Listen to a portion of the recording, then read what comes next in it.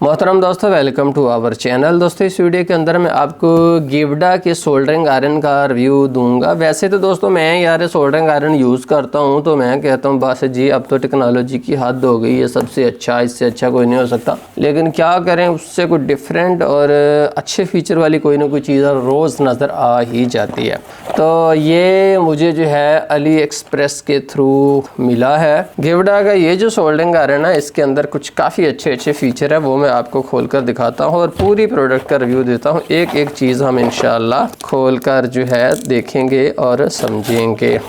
चलो जी, आ जाओ बाहर प्रोडक्ट। आजो जल्दी करो, नाजरीन को बहुत जल्दी है, ये ना हो कि वो वीडियो छोड़कर भाग जाएं। हमारे पास नाजरीन की बहुत कमी है।